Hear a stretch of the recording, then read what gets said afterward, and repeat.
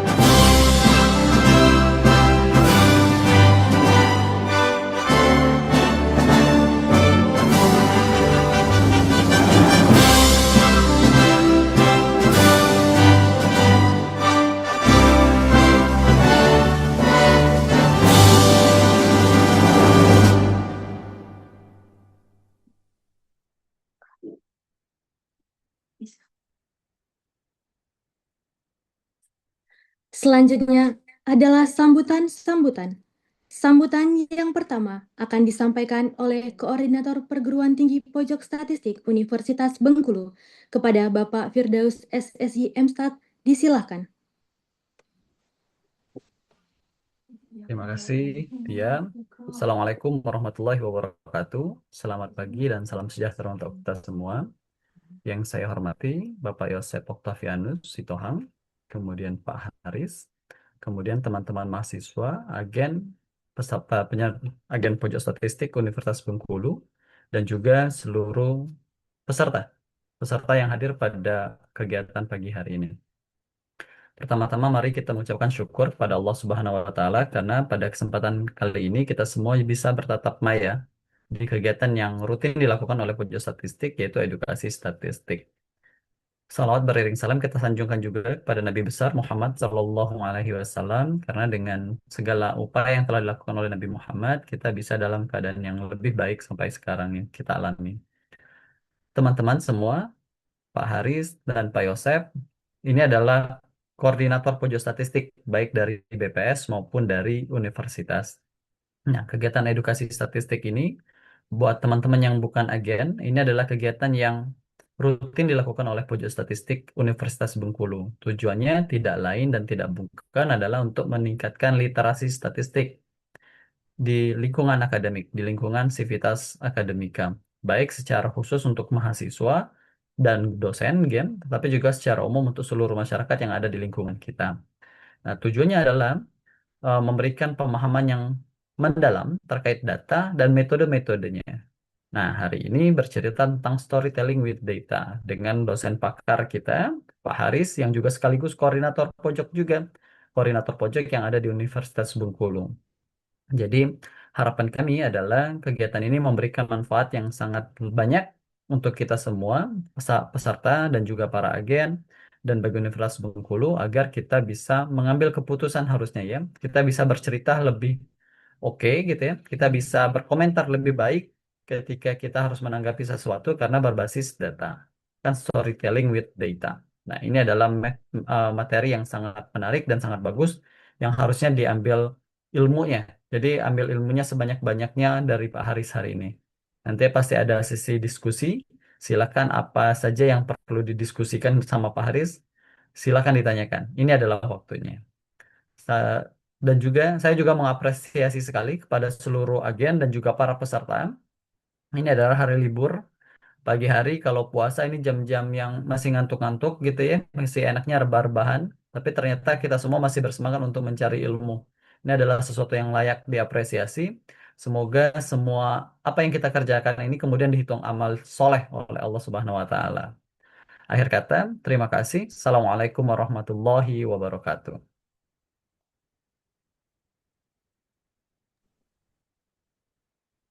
Terima kasih kepada Bapak Firdaus atas kata sambutannya. Kata sambutan yang kedua akan disampaikan oleh Ketua Tim Diseminasi Statistik BPS Provinsi Bengkulu kepada Pak Yosef Octavianus Sitohang, SSTM Stat. Disilahkan. Cek, baik. Suara saya terdengar, Mbak? Terdengar ya? Terdengar Bapak. Oke, baik. Assalamualaikum warahmatullahi wabarakatuh. Selamat pagi, salam sejahtera untuk kita semua. Yang saya hormati Pak Firdaus selaku Ketua Koordinator Pojok Statistik UNIP ya. Yang kami hormati Bapak narasumber sekaligus kolega saya ini Pak Haris, dan juga sebagai Koordinator Pojok Statistik UNIP juga.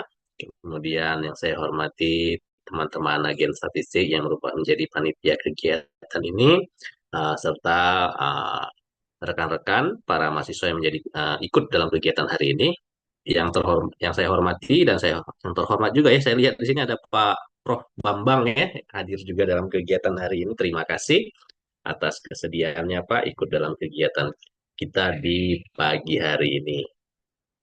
Jadi sekali lagi saya ucapkan terima kasih uh, atas kerja keras dan kerjasama dari para teman adik-adik agen statistik kita sehingga dapat melaksanakan kegiatan edukasi di bulan Februari ini. Seperti kata Pak Firdaus tadi, walaupun bulan puasa, tapi mudah-mudahan berkah ilmu yang didapat hari ini. Karena hari ini dibawakan materinya langsung oleh ahlinya ini Pak Haris, storytelling with data ya. Jadi memang tentunya akan sangat bermanfaat baik bagi di dunia perkuliahan maupun nantinya di dunia kerja. Jadi silakan para peserta, khususnya para mahasiswa, ambil ilmunya, serap ilmunya sebanyak-banyaknya sehingga ini nanti bisa menjadi bekal yang sangat baik untuk teman-teman di dunia perkuliahan, mungkin menyusun tugas akhir atau tugas kuliah atau nanti di dunia kerja juga. Mungkin itu saja yang dapat saya sampaikan, tidak banyak. Sekali lagi, mari kita mulai, kita serap ilmu dari Pak Haris ini, sehingga kita semua bisa mendapatkan manfaat yang sangat baik dari kegiatan hari ini. Terima kasih, saya akhiri. Wassalamualaikum warahmatullahi wabarakatuh.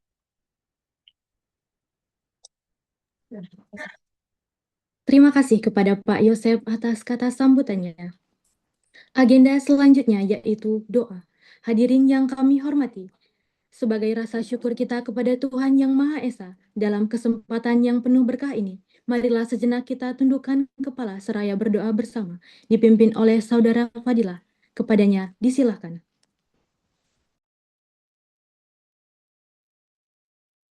Baik, Assalamualaikum warahmatullahi wabarakatuh.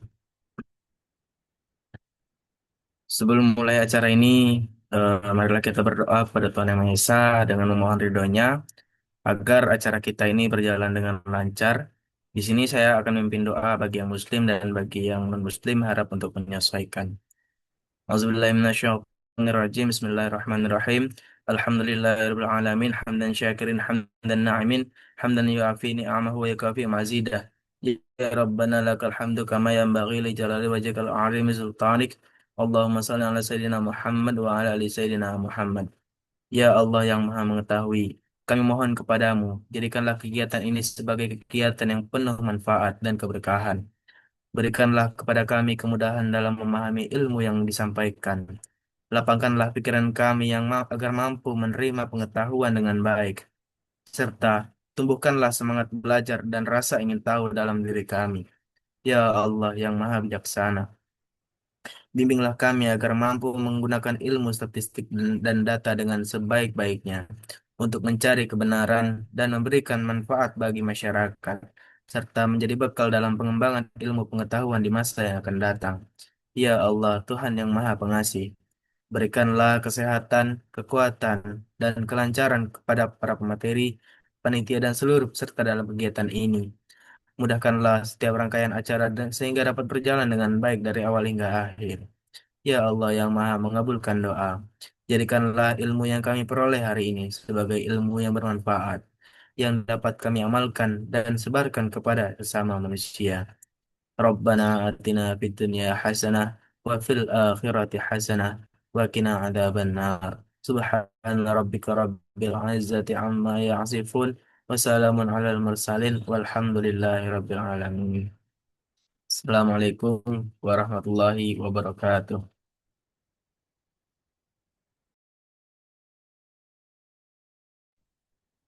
Terima kasih kami ucapkan kepada Saudara Fadilah. Hadirin yang berbahagia, acara demi acara telah kita lalui dan tibalah kita di penghujung acara, yaitu penutup. Marilah kita tutup dengan mengucapkan lafaz hamdalah. Hadirin yang berbahagia, demikian rangkaian acara pembukaan edukasi statistik. Saya, Tia Violenta Bruginting, selaku pemandu acara pamit undur diri. Wabillahi taufik wal hidayah. Wassalamualaikum warahmatullahi wabarakatuh. Baik, selanjutnya kita akan memasuki sesi dokumentasi. Mohon kepada seluruh peserta untuk menyalakan kamera dan memastikan posisi kamera sudah siap. Kami memberi waktu selama 30 detik untuk teman-teman mempersiapkan diri.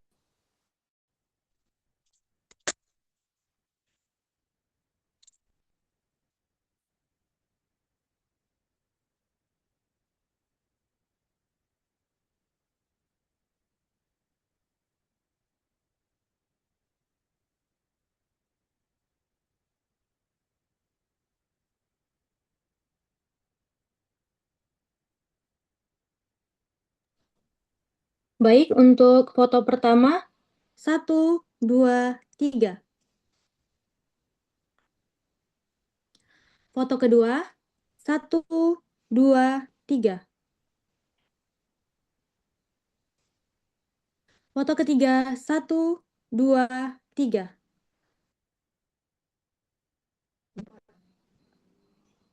Yang terakhir, 1, 2, 3.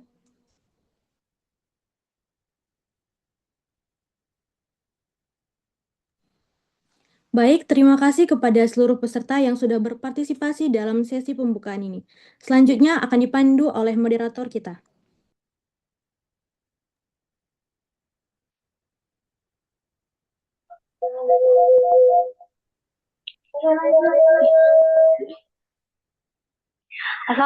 Assalamualaikum warahmatullahi wabarakatuh. Salam sejahtera untuk kita semua. Hadirin yang kami hormati, perkenalkan saya Tirisya Panggabean. Pada kesempatan kali ini akan membersamai Bapak, Ibu, dan teman-teman sekalian sebagai moderator.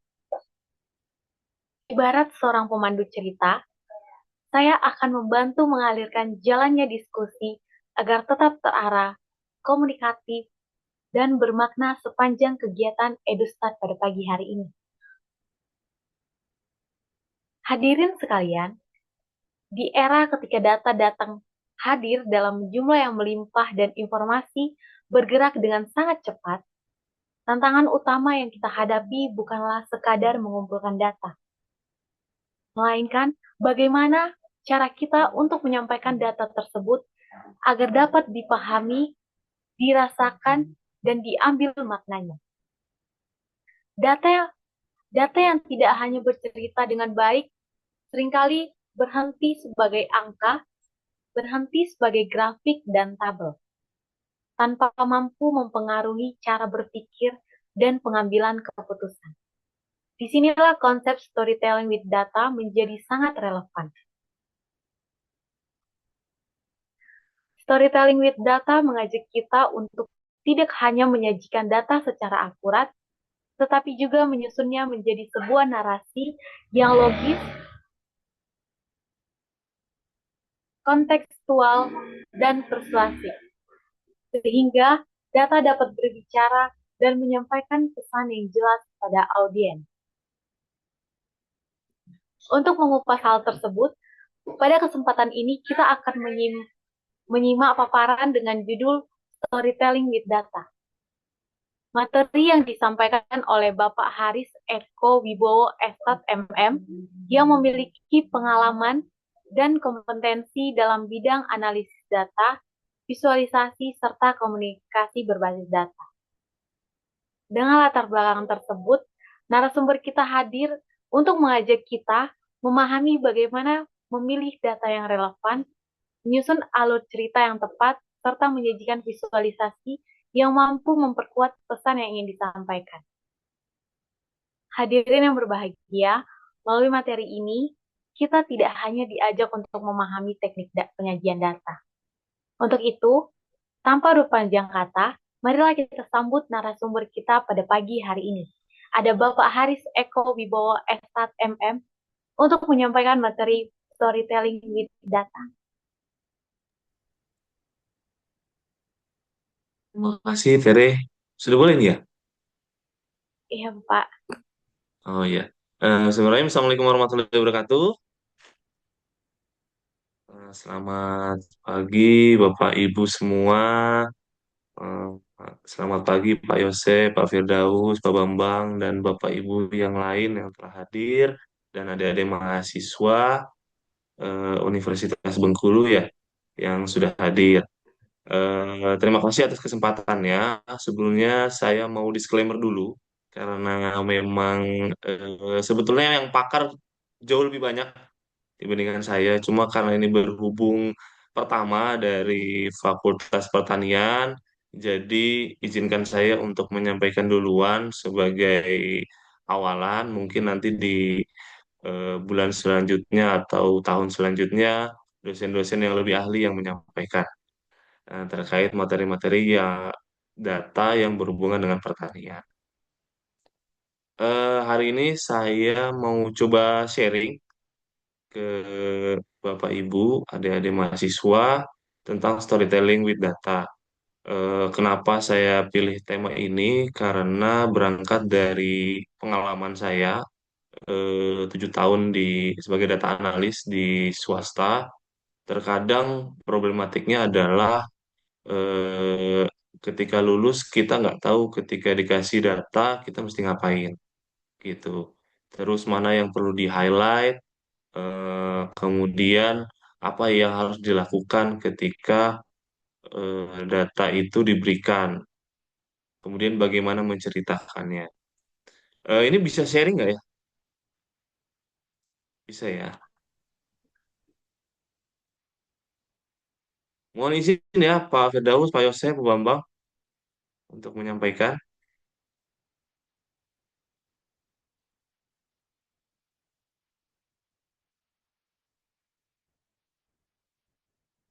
Sebentar.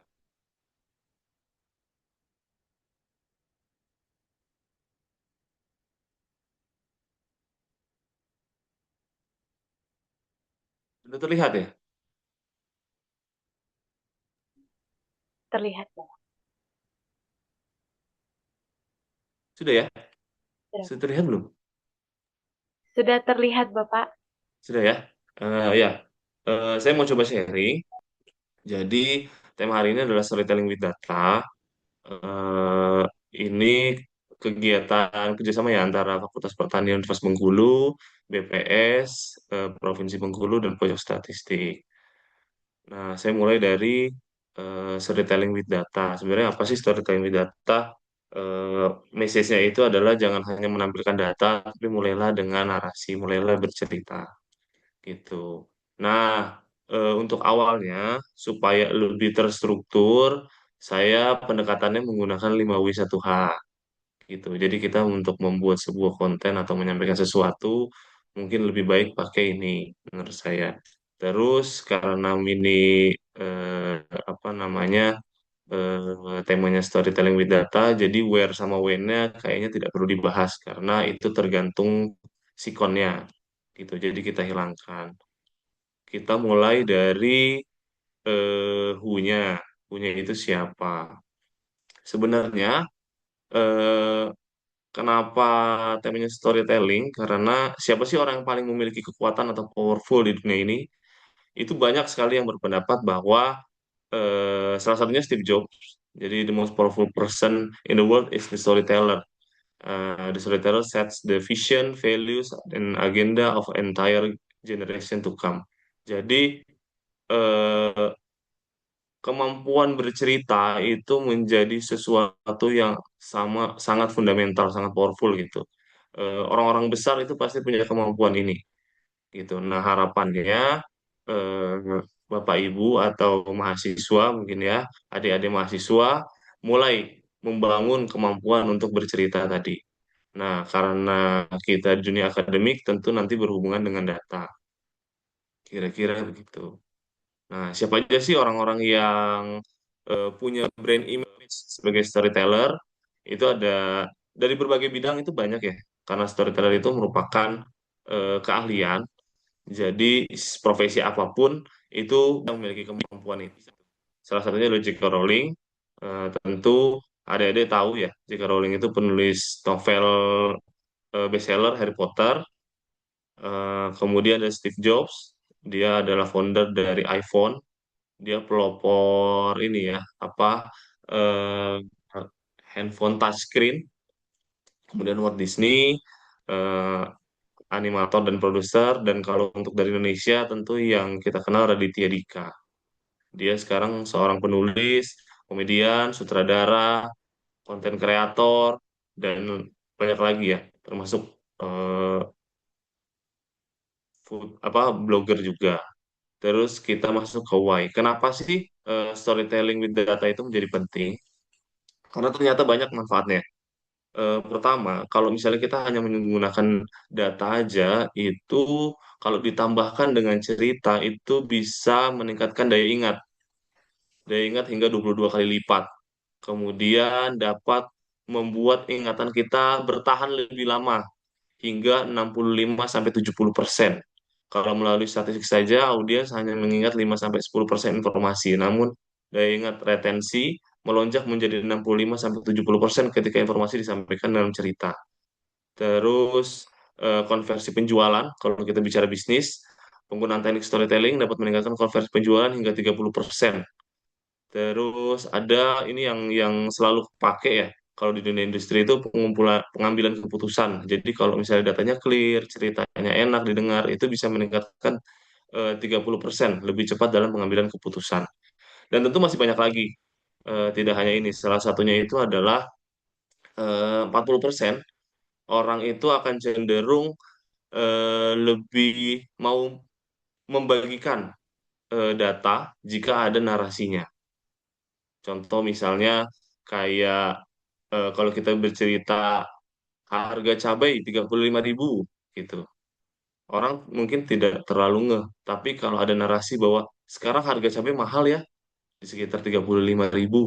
Nah, itu kan pasti orang akan jauh lebih aware, lebih sadar bahwa oh ternyata ada narasi mahal tadi. Oh ternyata sekarang cabai lagi mahal gitu.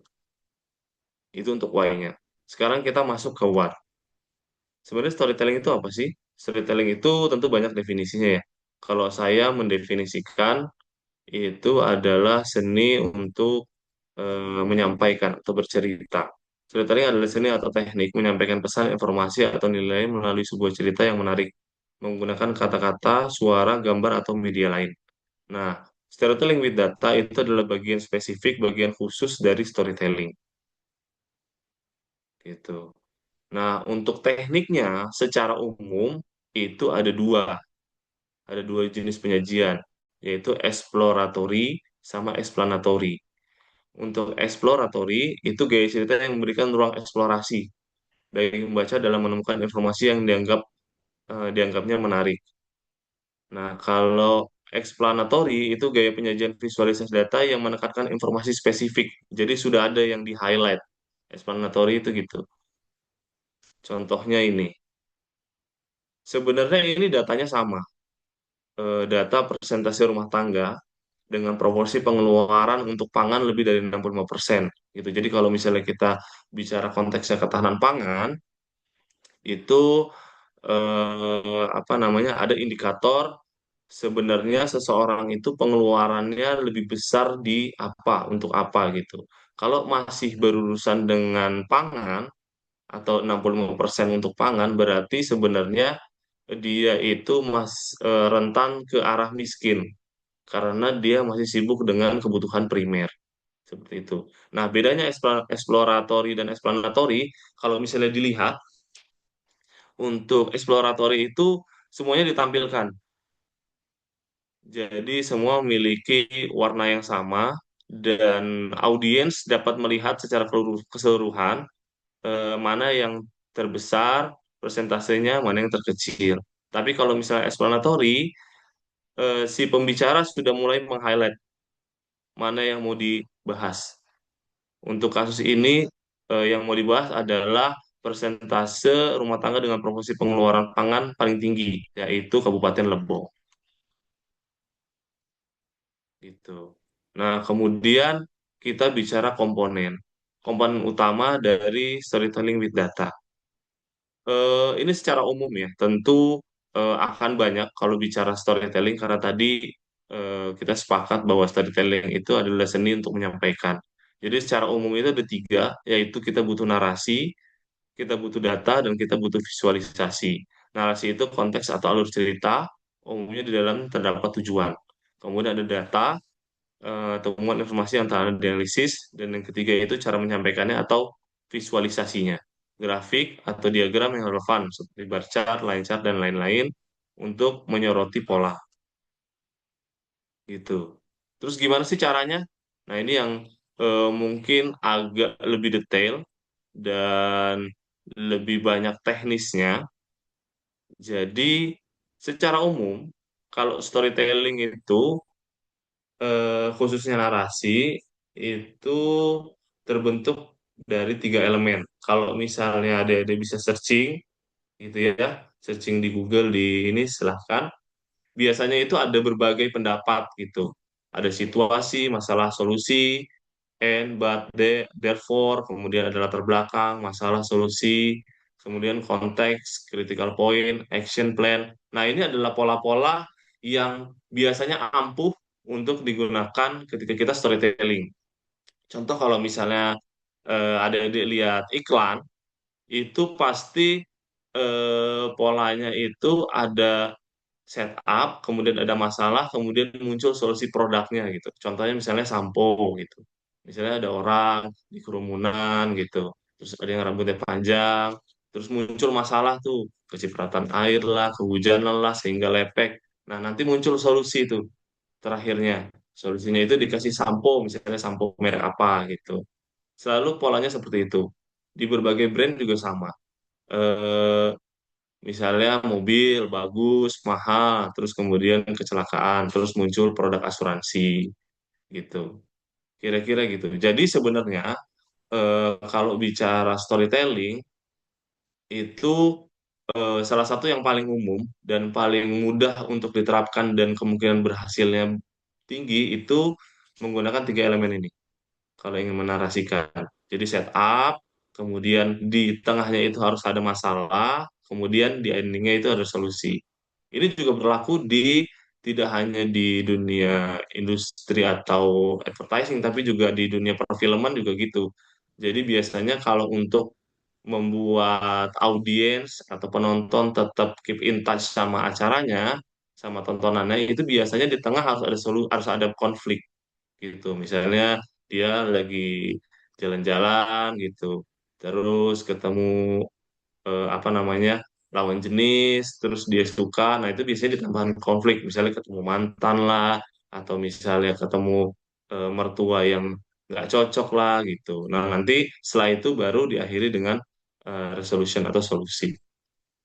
Pola yang selalu digunakan itu seperti ini dan eh, biasanya cenderung berhasil. Nah, kalau untuk referensi yang saya ambil itu dari Harvard Business Review itu dia itu pembahasannya adalah setup, conflict, terus resolution.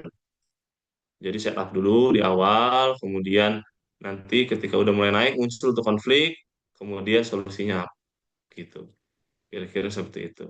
Nah, ini yang kalau ini helikopter view ini itu adalah narasi yang saya gunakan ketika saya kerja di perusahaan swasta di apa namanya sebagai data analis di Mulia Keramik dulu di perusahaan manufaktur. Jadi pendekatannya itu sama sebetulnya, cuma dia lebih ke pendekatan helikopter view. Jadi startnya itu dari bigger idea gitu. Jadi kita tahu konteksnya, kemudian kita tahu gambaran besarnya, kemudian biasanya dari gambaran besar itu kita tentukan konflik-konfliknya, critical point-nya gitu. Biasanya kalau di report-report itu ada executive summary. Nah, di executive summary lah itu berkumpul critical point. Mana yang perlu di-highlight, mana yang penurunan performance-nya paling rendah atau paling paling tinggi seperti itu. Filosofinya itu kayak naik helikopter, kemudian kita lihat dari ketinggian sudut pandang 30.000 kaki gitu ya di atas permukaan gitu kan kita lihat satu kota itu seperti apa gitu misalnya terus kemudian di sana tuh ada konflik-konflik apa ya gitu. Nah dari situ biasanya best practice-nya itu di zoom in, jadi kita lihat lebih dalam, kita turun tuh helikopternya turun terus ngecek masing-masing titik konflik tadi, kemudian dari titik konflik itu dibuatlah solusi atau action plan gitu. Ini kalau ada yang mau bertanya silakan ya, langsung tanya aja. Boleh kan ya?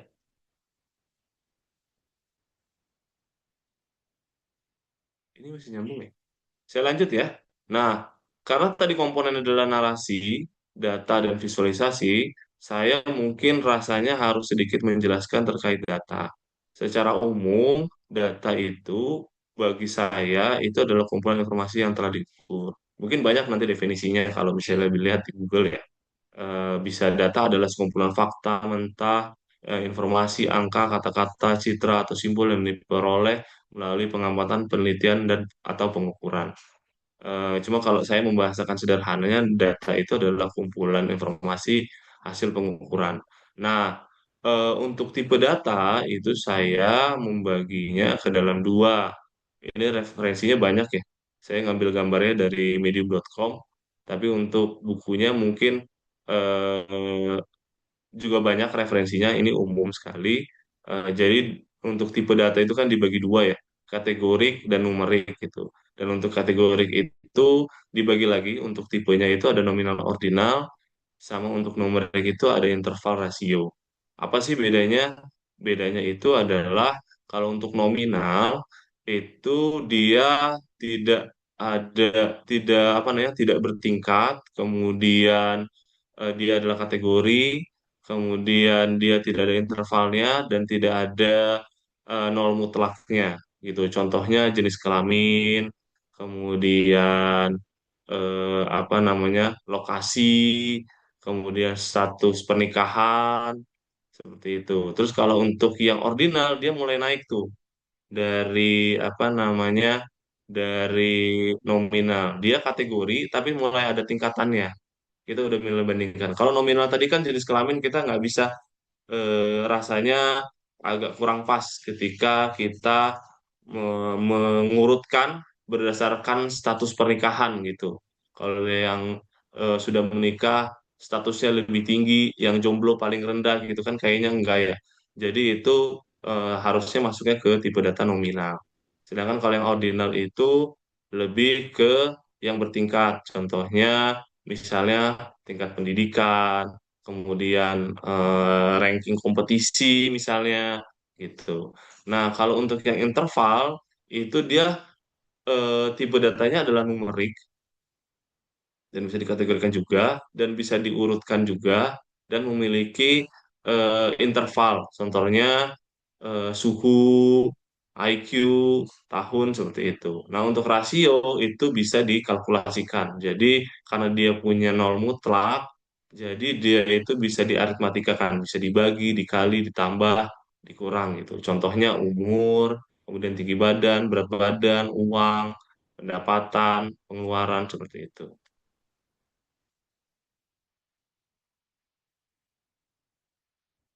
Ini sudah tadi ya. Oke, kita masuk ke visualisasi data. Nah, untuk visualisasi, visualisasi data itu adalah representatif grafis dari informasi dan data yang menggunakan elemen visual seperti grafik, bagan, peta, infografis untuk mempermudah pemahaman. Nah, untuk visualisasi data ini, idenya itu adalah penyederhanaan. Jadi bagaimana kita menyampaikan data seclear mungkin, message-nya tersampaikan. Idenya di situ. Tentu tentu penggunaan tools-nya itu banyak sekali. Di sini ada scatter plot, box plot, area chart, bubble, histogram, dan lain-lain. Ini ada fungsinya masing-masing. Dan alangkah baiknya digunakan sesuai dengan fungsinya gitu. Contohnya misalnya untuk membandingkan, dia bisa menggunakan bar chart. Untuk tren, dia cocoknya dengan line chart. Untuk komposisi, pie chart masih ya pie chart boleh lah. Pie chart bisa, kemudian stack chart, stack bar bisa juga. Kemudian untuk distribusi, dia pakai histogram. Kemudian box plot bisa. Kemudian untuk relasi atau apa namanya melihat pola, dia bisa menggunakan scatter plot. Kira-kira begitu. Nah, ini saya ambil dari analis akademi. Jadi kalau misalnya adik-adik mau apa namanya melihat sebenarnya bagaimana menampilkan, saya merekomendasikan analis akademi itu di YouTube banyak ya. Dia itu, tapi saya tidak menyarankan untuk menelan bulat-bulat informasinya ya, karena memang dia itu cenderung meminimalisir informasi. Jadi beberapa informasi itu justru malah dihilangkan supaya lebih clear katanya. Cuma untuk level yang masih belajar, saya tidak menyarankan karena menghilangkan informasi itu biasanya dampaknya cukup fatal gitu. Nah, kalau di sini kita bisa lihat di grafik ini, grafik chart ini, dia itu mengelompokkan atau mengukur berdasarkan kegunaan useful dan coolness gitu. Jadi berdasarkan kuda semakin ke kanan itu semakin terasa manfaatnya dan kalau semakin ke atas itu semakin keren gitu. Jadi kalau misalnya kita lihat ini kebagi empat ya, kebagi empat ada satu dua tiga empat bagian. Kalau ada di tengah ini bisa di ini nggak sih? Di ini ya, laser. Nah, nih dia kebagi empat ya. Nah, sebenarnya yang nggak terlalu, yang tidak terlalu sering digunakan atau tidak terlalu banyak manfaatnya dan tidak terlalu keren itu kayak bullet, kemudian pie chart, dot plot. box plot ini tidak jarang sekali digunakan dan manfaatnya juga tidak terlalu ini. Dan dari sisi tampilan juga kurang. Sebenarnya yang biasanya powerful itu scatter plot. Dia sangat banyak digunakan ya karena untuk melihat pola. Waterfall chart juga keren, juga oke. Pareto chart juga gitu. Nah, kalau misalnya untuk usefulnya yang biasa tampilannya itu bar chart, line chart gitu itu udah pasti tampilannya biasa tapi jelas informasi yang disampaikan.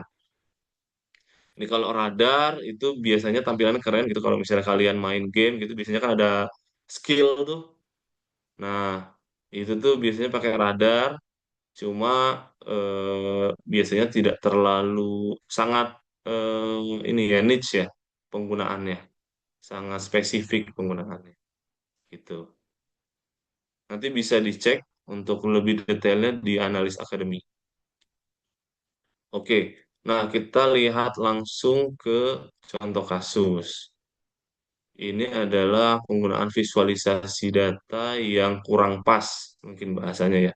Kalau misalnya ditanya, indeks mana yang paling tinggi? Indeks ketersediaankah, indeks keterjangkauankah, atau indeks pemanfaatan? Kalau kita menggunakan pie chart, rasanya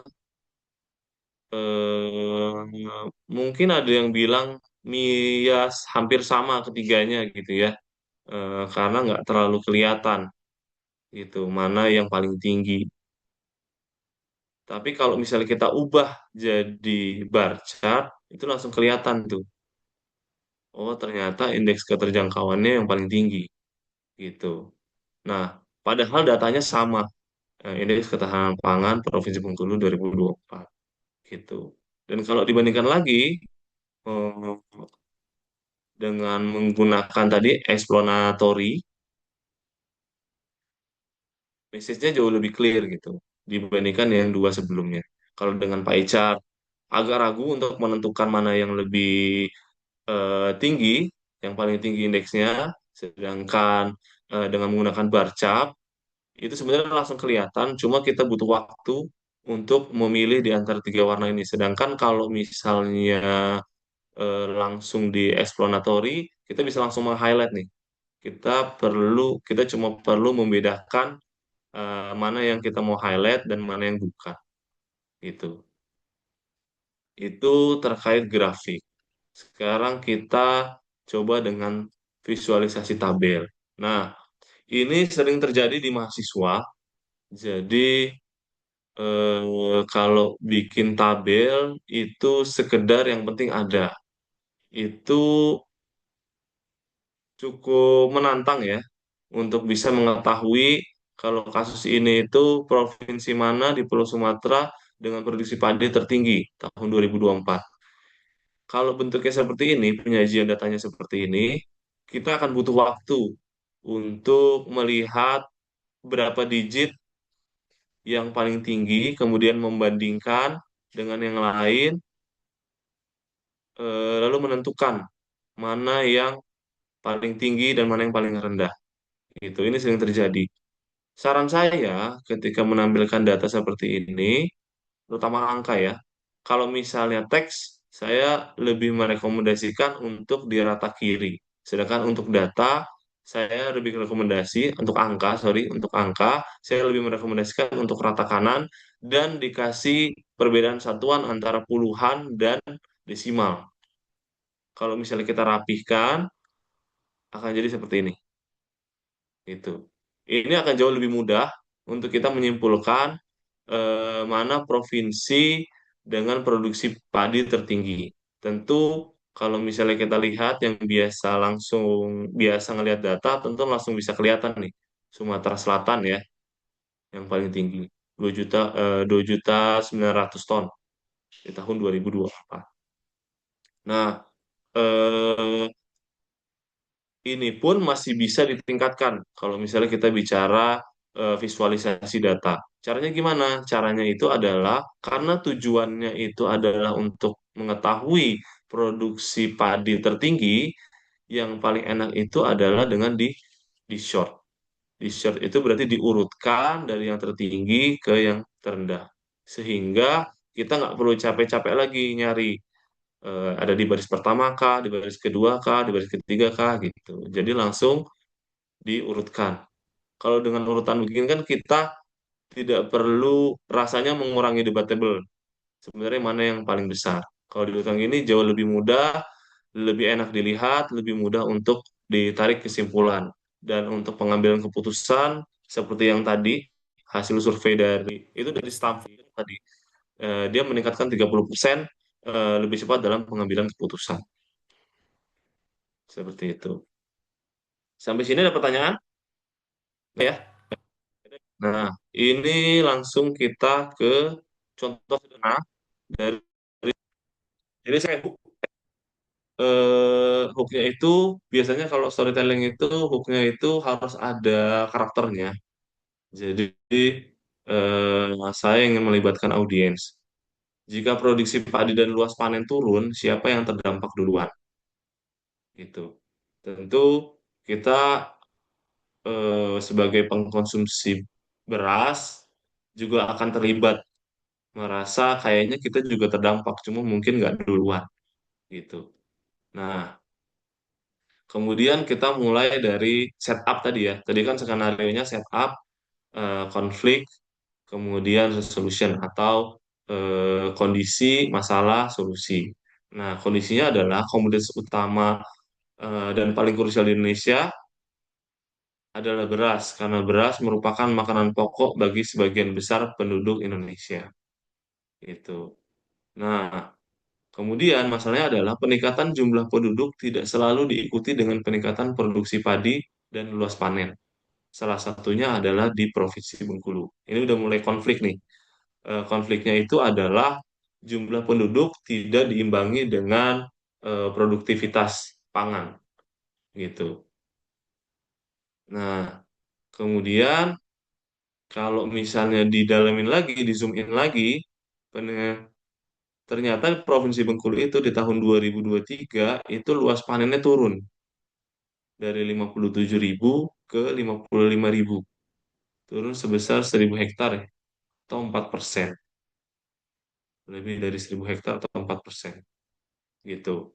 Nah, ini bisa langsung digunakan, jadikan dasar sebagai action plan, tapi juga bisa di zoom lagi. Misalnya kita zoom lagi. Sebenarnya siapa sih yang mengalami penurunan paling besar?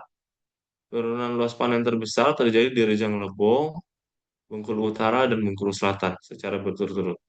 Nah, tampilan ini saya buat di shortnya itu di 2023. Kenapa? Karena kita pengen menentukan titik awal mana yang terbesar, yang kontribusinya paling besar ke yang terkecil. Kemudian perubahannya itu mana yang paling terdampak gitu. Nah, kalau lihat kita hanya menggunakan persentase pertumbuhan, tentu kita akan merasa Bengkulu Tengah dan Kota Bengkulu ini yang paling terdampak karena persentasenya paling paling besar ya penurunannya sebesar 37%. Tapi kontribusinya tidak sebesar Bengkulu Selatan. Bengkulu Selatan ini sampai 10 kali lipatnya Kota Bengkulu dan Bengkulu Tengah gitu. Jadi yang pertama kali di highlight itu adalah titik poin awalnya, kemudian penurunannya seberapa, seberapa besar. Makanya saya tambahkan selisih dan pertumbuhannya gitu. Kalau dilihat dari sini, sebenarnya yang paling kena itu Rejang Lebong, Bengkulu Utara, dan Bengkulu Selatan ya, secara berturut-turut. Sehingga dari masalah ini, gimana solusinya? Nah, biasanya untuk solusi itu kalau untuk apa namanya penelitian dia kan butuh ini ya hasil pembahasan atau minimal kalau proposal riset dia butuh sekedar metodologi gitu dan luaran gitu. Nah, ini kira-kira gambarannya untuk resolusi atau action plan-nya berdasarkan tadi sudah dispesifikkan ke Rejang Lebong, Bengkulu Selatan, dan Bengkulu Utara. Itu misalnya pembukaan lahan, kemudian integrasi dengan tata ruang, peningkatan indeks penanaman, pertanaman, kemudian reaktivasi lahan tidur, integrasi farming system, dan lain-lain. Gitu. Dan tentu untuk action plan ini butuh informasi tambahan, tidak bisa hanya berdasarkan data yang tersedia. Ini butuh diskusi lebih dalam, terutama terutama kepada orang-orang yang memang ahli di bidangnya. Mungkin itu penyampaian dari saya. Mungkin agak lama. Mohon maaf.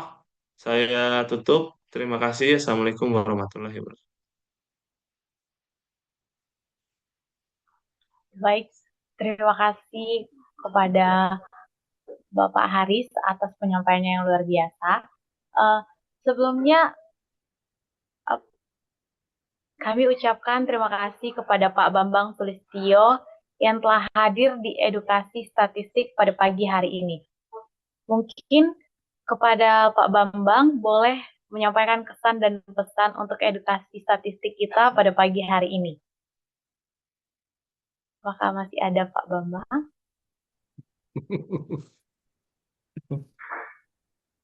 Assalamualaikum warahmatullahi wabarakatuh. Sepertinya saya nggak perlu tuh untuk apa namanya. Saya cuma kan kemarin waktu acara pertama kan materi yang disajikan kan terkait dengan penginderaan jauh ya, yang bulan yang lalu itu kebetulan yang kalau penginderaan jauh itu kebetulan S2 dan S3 saya. Jadi kemarin saya ikut. Dan untuk selanjutnya mungkin kadang-kadang ikut, kadang kalau pas waktunya apa namanya pas ada gitu ya. Tapi apa namanya selamat lah pokoknya yang ini ada Pak Pak Haris ini jagonya jago nih. Kalau saya dari belakang aja. Mungkin itu saja Mbak. Kemudian saya jam 10 ini ada ngajar mahasiswa S3 via Zoom, saya izin dulu. Itu aja Pak Mas Panitia. Oke, baik. Terima kasih Pak Bambang atas kesan dan pesannya. Kami ucapkan sekali lagi terima kasih kepada Pak Haris Eko Wibowo atas materi yang sangat menarik, aplikatif, dan mungkin membukakan perspektif baru bagi kita semua. Bagaimana data dapat disampaikan lebih efektif dan berdampak. Nah, selanjutnya kita masuk pada sesi yang sangat ditunggu-tunggu oleh para peserta, yaitu sesi tanya jawab. Bagi peserta yang ingin mengajukan pertanyaan, silahkan menggunakan fitur raise hand atau menuliskannya di kolom chat. Kami akan memilih beberapa pertanyaan dan akan langsung dijawab oleh narasumber kita.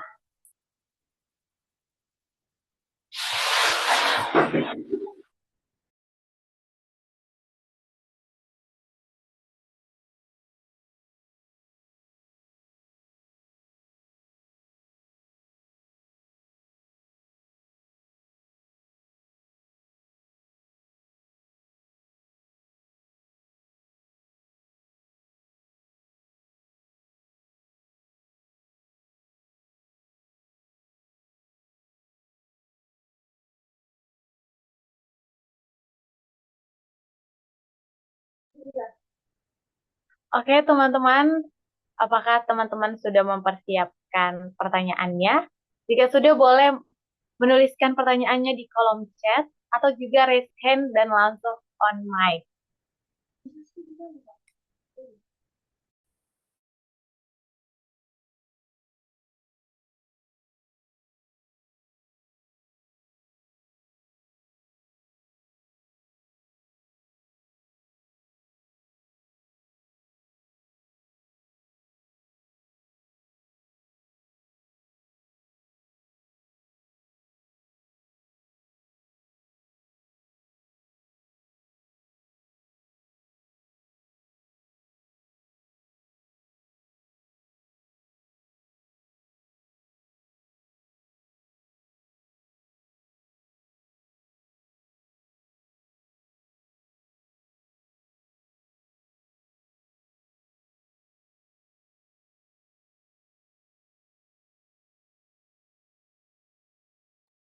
Oke, mungkin selanjutnya akan diberikan pada Shakira, operator.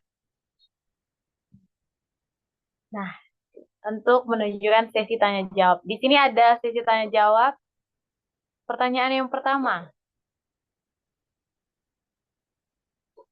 Boleh?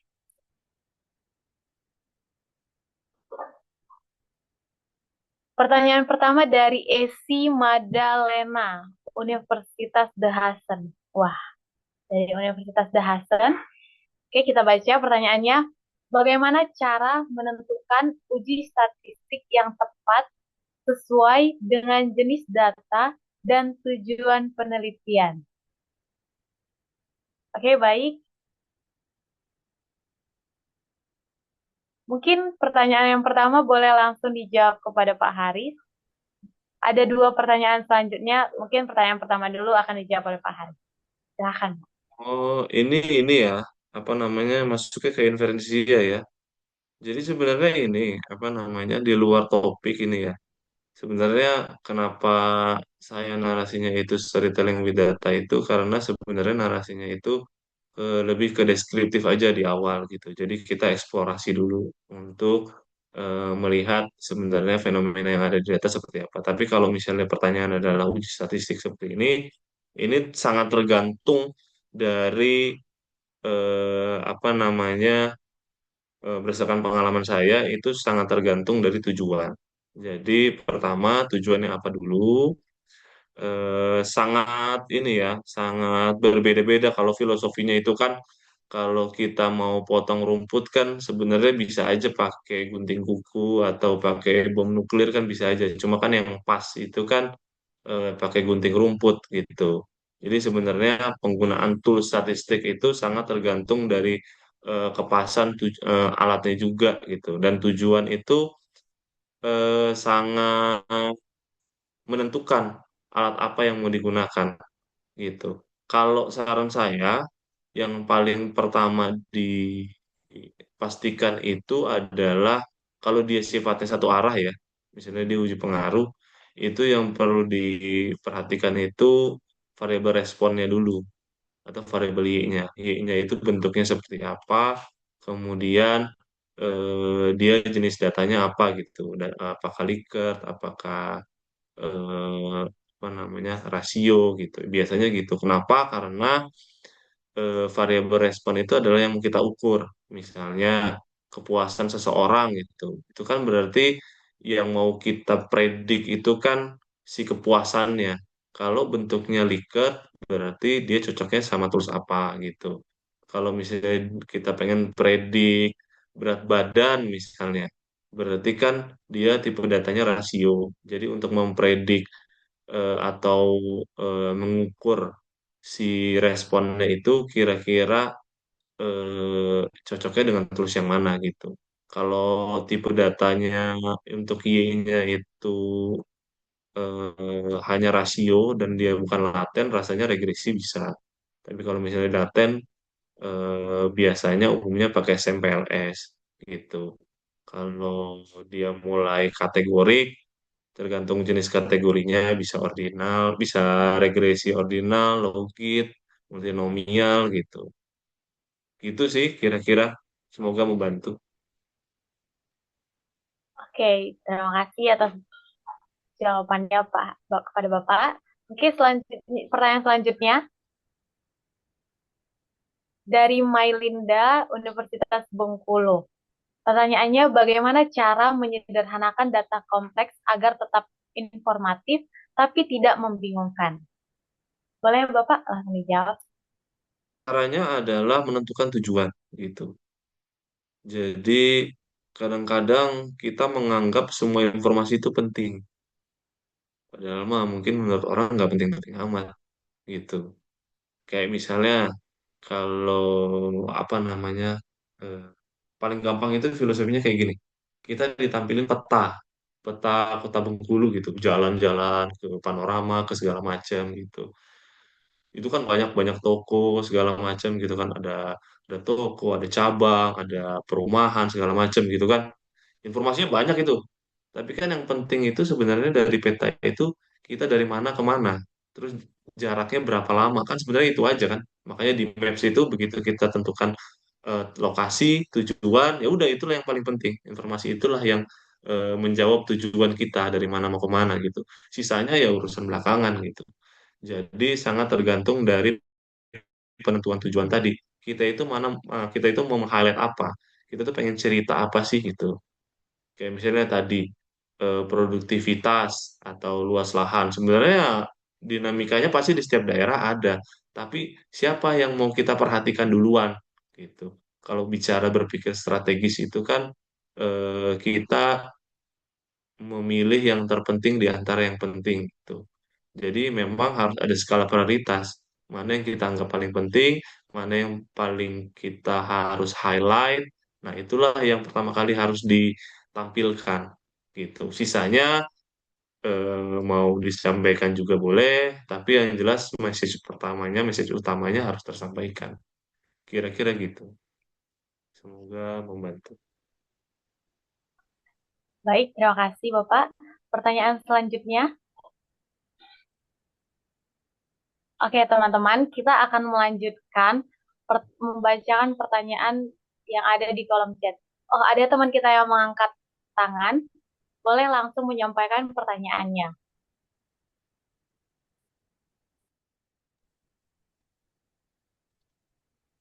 Oke, terima kasih sebelumnya Pak Haris untuk kesempatannya.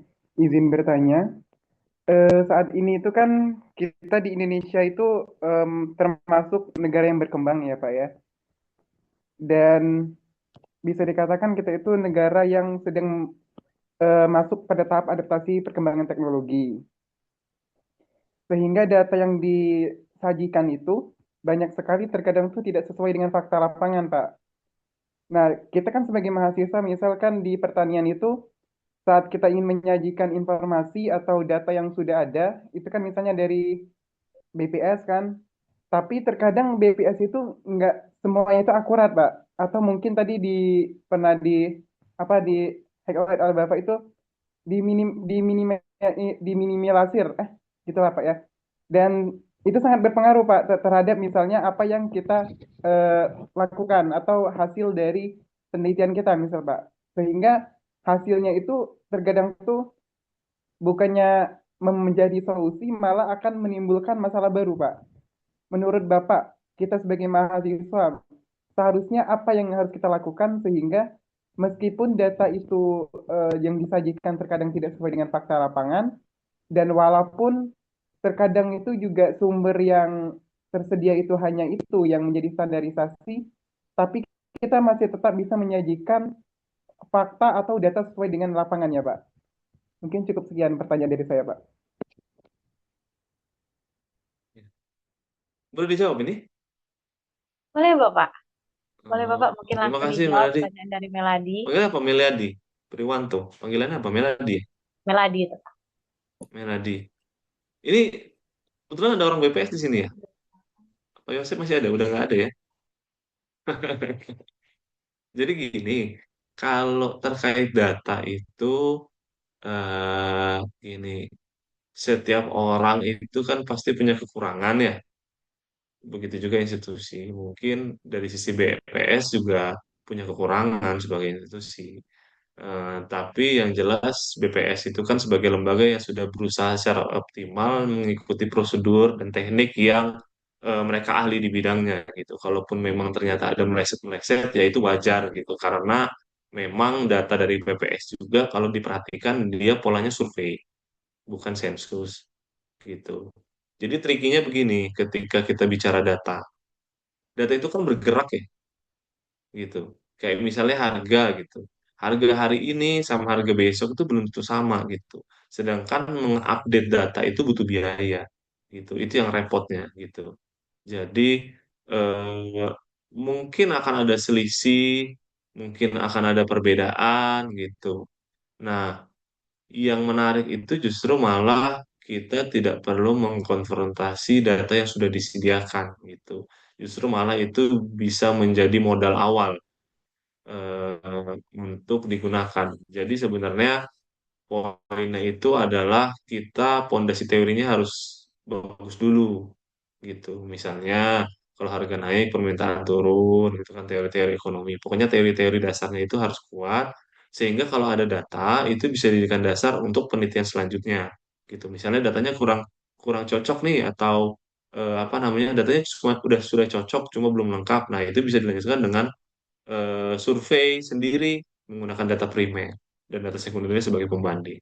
Kira-kira gitu. Jadi sangat mungkin terjadi karena problematik data itu tidak terjadi di kita aja, Bahkan di Indonesia itu antar institusi juga bisa berbeda, apalagi kalau udah bicara kepentingan ya, gitu. Kira-kira gitu. Jadi kalau solusinya ya eh, sebenarnya yang paling optimal itu penggunaan data yang berbasis digital ya, situs satelit itu cenderung lebih akurat gitu dibandingkan data yang sifatnya survei. Kenapa? Karena yang survei langsung di lapangan itu apalagi sosial itu jawabannya cenderung range-nya lebih besar. Kayak misalnya kita ditanya sesuatu yang sifatnya personal itu kadang-kadang kita mau jawab, kadang-kadang enggak gitu. Kadang-kadang kita jawabnya sesuai mood aja gitu dan validasinya relatif lebih sulit. Kira-kira gitu sih. Gimana? Semoga bisa membantu, Melody. Izin menambahkan boleh Pak Haris? Boleh, boleh. Iya, ini saya Syifa dari BPS. Sorry nggak bisa hidup kamera. Terima kasih untuk yang pertanyaan tadi. Saya coba bantu jawab sedikit juga ya, gitu. Ah, boleh, Bu. Memang suara saya jelas ya? Jelas, jelas, Bu. Iya. Baik, untuk Mas Meladi Priwanto, Bapak Meladi Priwanto, terima kasih untuk pertanyaannya. Em, Benar, mungkin untuk bicara data kemiskinan itu menjadi banyak keresahan orang di zaman sekarang gitu. Kadang merasa tidak sesuai atau segala macam gitu ya. Dan itu cukup wajar untuk di lingkungan masyarakat kayak gitu. Nah, untuk sampai dengan saat ini memang data terkait kemiskinan BPS yang bertugas untuk mendatanya gitu ya. Yang data kita gunakan juga dari survei sosial ekonomi Indonesia. Nah, untuk survei ini juga itu sifatnya ya survei seperti yang tadi Pak Haris sudah tegaskan juga ya, bahwa benar data sosial itu kecenderungan masyarakat kita bahkan hasil datanya itu juga RSE-nya itu besar. Jadi errornya itu cukup besar kayak gitu ya. Dalam statistik sendiri itu juga termasuk yang memengaruhi data kemiskinan kita gitu. Dari oke, saya coba ini lagi.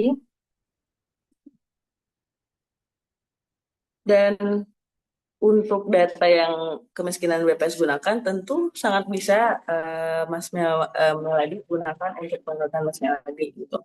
Karena bagaimanapun data yang tersedia untuk kemiskinan pada saat sekarang ya dari BPS kan gitu. Tapi tentunya dengan peningkatan kualitas yang secara terus-menerus, baik kami di lapangan, kami pun juga memastikan bahwa seluruh petugas yang mengumpulkan data, bahkan itu ada level layer-layernya dari pengumpul data, ada pengawas, itu sudah dilatih, memang sudah memang dijaga kualitasnya sebaik yang kami bisa gitu. Terkadang somehow kita juga nggak bisa memungkiri bahwa kita masih berada di tengah-tengah masyarakat yang seperti ini, Mas. Tanpa mengecilkan masyarakat kita ya, bahwa bicara tentang konsumsi gitu. Kadang-kadang masyarakat kita itu cenderung mengecil-kecilkan atau membesar-besarkan gitu. Maka itu menjadi suatu celah juga. Jadi terkait prediksi atau angka kemiskinan ataupun data lainnya yang diperoleh lah ya, tidak hanya untuk BPS, bahkan teman-teman sendiri pun bisa juga biasanya dalam mengumpulkan data untuk skripsi atau penelitian itu pasti juga ada celah error dari data yang disajikan gitu. Dan kalau misalnya Mas Meladi merasa ada keresahan atau ingin ngobrol lebih lanjut atau mau ngobrol-ngobrol tentang data kemiskinan, very welcome untuk datang ke pelayanan statistik terpadu BPS Provinsi Bengkulu. Please datang aja, nanti kita bisa ngobrol bareng nanti di BPS. Gitu aja Mas Meladi. Terima kasih. Itu aja Pak Haris, mohon izin. Terima kasih, Bu, tambahannya. Baik, terima kasih kepada Ibu dari BPS dan juga kepada Pak Haris atas setiap jawaban yang diberikan. Semoga peserta dapat memahaminya. Dari diskusi kita hari ini menunjukkan bahwa storytelling with data itu bukan sekedar keterampilan teknik aja. Jadi pada hari ini kami ucapkan terima kasih yang sebesar-besarnya kepada Bapak Haris atas ilmu yang telah disampaikan dan juga kepada peserta yang aktif untuk bertanya, dan juga kepada Ibu dari BPS yang sudah menambahkan dari pertanyaan yang diberikan. Semoga materi yang disampaikan pada pagi hari ini menjadi bekal bagi kita semua dalam mengelola dan mengkomunikasikan data secara lebih efektif, kritis, dan bermakna. Mungkin kita akan memasuki sesi berikut selanjutnya, yaitu penyerahan sertifikat. Sertifikat akan diserahkan Pak Firdaus kepada Pak Hari. Mungkin operator akan menampilkan sertifikatnya. Oke, terima kasih Pak Aris atas, ini ada sertifikat Pak Aris. Ya, semoga ini bisa bermanfaat gitu ya untuk edukasi statistik. Tapi saya izin juga untuk menanggapi tadi yang ditanyakan oleh si Mas Meladi ya. Jadi tadi betul, memang kita itu akan punya keresahan gitu ya dengan data yang ditampilkan oleh BPS gitu. Kita merasa bahwa kita kehidupannya sekarang tuh gini, tapi yang ditampilkan BPS begini gitu ya. Nah, selain kita tidak punya pengetahuan gitu ya, kita tahu bahwa hasil data-data yang diperoleh itu dari survei, berarti akan ada errornya gitu. Tapi juga kadang-kadang banyak juga di antara kita gitu ya, tidak mengerti tentang data itu sendiri gitu ya. Jadi kita punya asumsi, BPS itu punya asumsi mereka dan mereka ahli gitu ya. Kita punya asumsi, tapi belum tentu ahli kita ahli. Maka ada baiknya kita mengetahui asumsi-asumsi yang dimiliki oleh BPS. Dan salah satu langkahnya adalah dengan ngikutin edukasi statistik. Berkunjung di pojok statistik, ya, di situ Anda akan mendapatkan pengetahuan tentang data-data yang dihasilkan oleh BPS. Berikut juga terkait dengan metode-metode yang disampaikan oleh para pakar nanti. Edukasi statistik ini adalah manifestasi dari peningkatan literasi statistik yang kita miliki ya, yang kita inginkan. Baik dari sisi data dan juga dari sisi metode. Begitu ya, Mas Meladi dan teman-teman yang semua yang lain.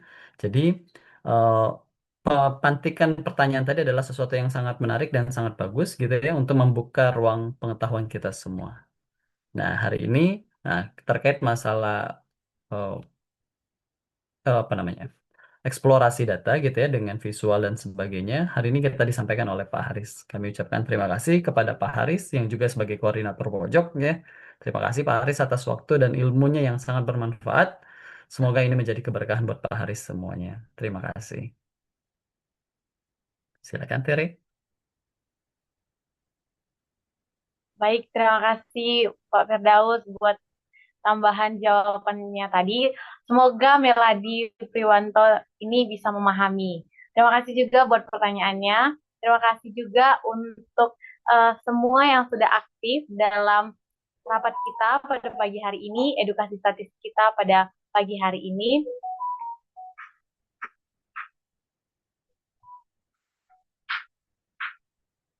Mungkin saya mengucapkan terima kasih juga sekali lagi kepada para peserta, kepada Pak Haris, kepada Pak Firdaus, dan dari pihak BPS. Akhir kata, semoga kegiatan ini memberikan manfaat dan kontribusi nyata bagi peningkatan literasi data kita bersama.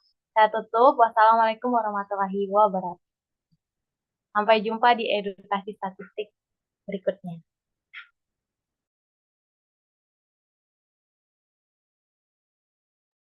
Terima kasih Pak Fir. Terima kasih Terima Pak kasih Haris. Tere. Terima kasih semuanya. Terima kasih Bapak Ibu yang telah hadir. Ya, terima kasih semuanya. Terima kasih adik-adik. Izin pamit ya.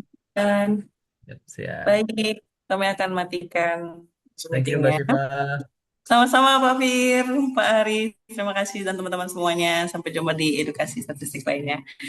Oke, saya izin matikan ininya ya, zoomnya ya. 5, 4, 3, 2, 1. Have a good day. Have a good day.